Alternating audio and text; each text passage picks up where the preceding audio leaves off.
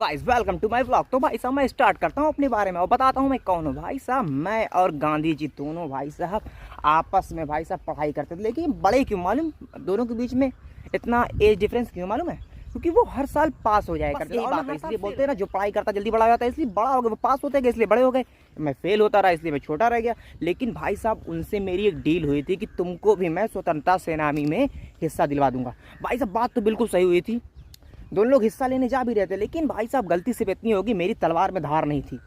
और जब तक मैं भाई धार करवा के भाई साहब मैं निकला घर से लाल किला में तलवार लेके, और जब तक भाई मैं घर पहुंचा लाल तलवार ली, उसके बाद देखा भाई धार ही नहीं। उधर मैं धार तेज करवाने लगा, भाई साहब जब तक धार तेज करा उधर सब लाल किला पे चिल्लाने लगे देश आजाद देश आजाद देश आजाद। भाई साहब बस मैं 1 इंच बचाऊँ भाई साहब स्वतंत्रता सेनानी में आते आते, नहीं तो मेरे भी नाम के आगे स्वतंत्रता सेनानी लगता। और मैं वही वाला स्वतंत्रता सेनानी होता भाई साहब कि 26 जनवरी क्यों मनाई जाती। 26 जनवरी को बिहार को झारखंड से अलग किया गया, तो वही वाला स्वतंत्रता सेनानी बन जाता भाई मैं। लेकिन भाई साहब नेचर देख रहे हो, हम लोग आपस में भाई साहब वो ओटीपी नहीं खेलते थे, गोली गोली खेलते थे। कभी टकला उड़ता था, कभी खपड़ा उड़ता था, क्योंकि उस टाइम छत तो होते नहीं थे। भाई साहब व्यू देख रहे हो, नेचर। क्या क्या दिखाऊं मैं आपको, लेकिन भाई साहब जो मज़ा आता है, ओ माय गॉड। ये देखिए मैं आपको दिखाता हूँ, सोने का कंगन मुझे मिल गया। क्या? ओ हीरे का कंगन मिला है मुझे। I am developer. स्टार्ट करता हूँ व्लॉग के साथ। ये देखिए आपको यहाँ पे काफ़ी सतर्क होना पड़ेगा, क्योंकि बड़े बड़े सांप यहाँ से गुजरा करते हैं। ये भी देखिए, ये निशानी बता रही है कि यहाँ से कोई बड़ा एनाकोंडा रात में गुजरा हुआ है। एनाकोंडा, और यहाँ से अगर गुजर भी जाता ना तो यहाँ के लोग इतने अच्छे हैं ना। लेकिन भाई साहब मज़ा तो आ रहा है घूमने में गाइस। कौवा देखो, ये चारों तरफ जो आवाज़ आ रही है, कहाँ चुई चुई। शहर में भाई साहब देखने को ना मिलेगा ये सब।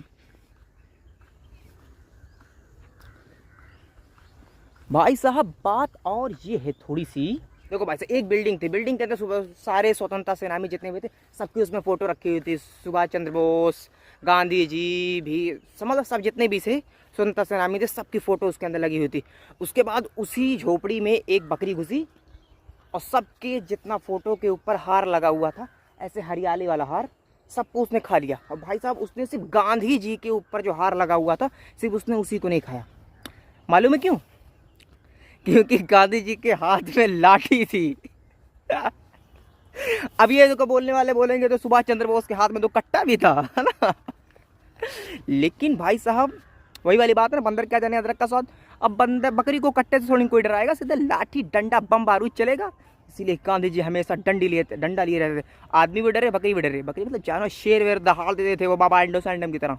अपनी उसी लाठी से वो बाबा एंडो सैंडम की तरह शेर को ऐसे दहाड़ दिया करते थे, घर घर घर घर घर। एक बार तो उन्होंने ऐसे फ्लाइट को लैंड करा दिया ऐसे नॉर्मल से खेत में, और बाबा एंडो सैंडम ने लगाया गेट 2 लीटर तेल डाल के, फ्लाइट सीधे लैंड खेत में, वहीं खाना बना, फिर वहीं से धक्का लगा के बिहार की तरह उड़वा दिया गया जहाज।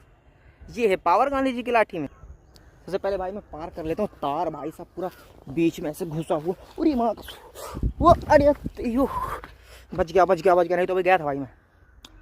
हाँ ये देख रहे हो भाई, क्या हरियाली वाला फूल है। इस मौसम में भाई ये फूल का मज़ा ही कुछ और है। तो वही वाली बात हो गई भाई साहब, प्यार करना हो तो जल्दी आ जाओ, हमारे गांव के सरसों कटने वाली है।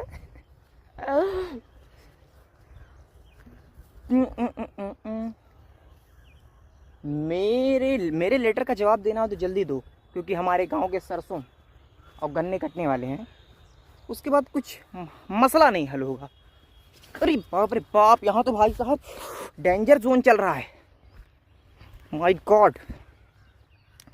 तो गाइस अगर क्या ख़त्म करने का सोच, नहीं ख़त्म नहीं करता था कि स्टार्ट करता हूँ। भाई साहब सरसों देख रहे हो भाई साहब, ये जो सरसों है ना भाई, सरसों का फूल क्या गजब है भाई साहब। देख रहे हो चारों तरफ से भाई साहब, ये जो व्यू मिलेगा आपको ना भाई साहब, ये सरसों के बीच में जो ऐसे मैं भी नज़र आ रहा हूँ बिल्कुल सरसों के बीच में आपको। लेकिन भाई साहब मज़ा तो आ रहा भाई। सरसों का भाई साहब फूल यूँ ही नहीं मशहूर है, सरसों के फूल के बीच में जो मैं खड़ा हुआ हूँ, ऐसा लग रहा है, महकता है कि नहीं सरसों का फूल, देखता हूँ, महकता तो नहीं खास कुछ। और इसके बारे में बताऊँ भाई साहब, देखो अभी ये 2 से 3 महीना हो गया इसको ना स्टार्ट हुए, फले हुए इसको, और इसका फूल है ये। अब इस फूल में आई थिंक अभी 1 महीना और लगेगा, 1 महीने के बाद खटाक से आ जाएगी सरसों। उसके बाद इसको पेरो काश, इसके बाद फिर खाओ पियो, चिकन फ्राई, मछली fry, pakodi, kachori, etc, everything is fry this oil. वो भी नेचुरल भाई, बाजार वाला फॉर्चून वाला नहीं है ये भाई साहब। इसका मज़ा देख रहे हो भाई साहब, एकदम स्टार्ट, एकदम मस्त लग रहा है कि नहीं। तो गाइस अगर आप मेरे चैनल पर न्यू हो तो फटाक से सब्सक्राइब कर रहे हो, नेचुरल व्यू ऑफ व्लॉग और फनी व्लॉग को देखने के लिए हमारे चैनल को तो सब्सक्राइब कर ले। तो मिलता हूँ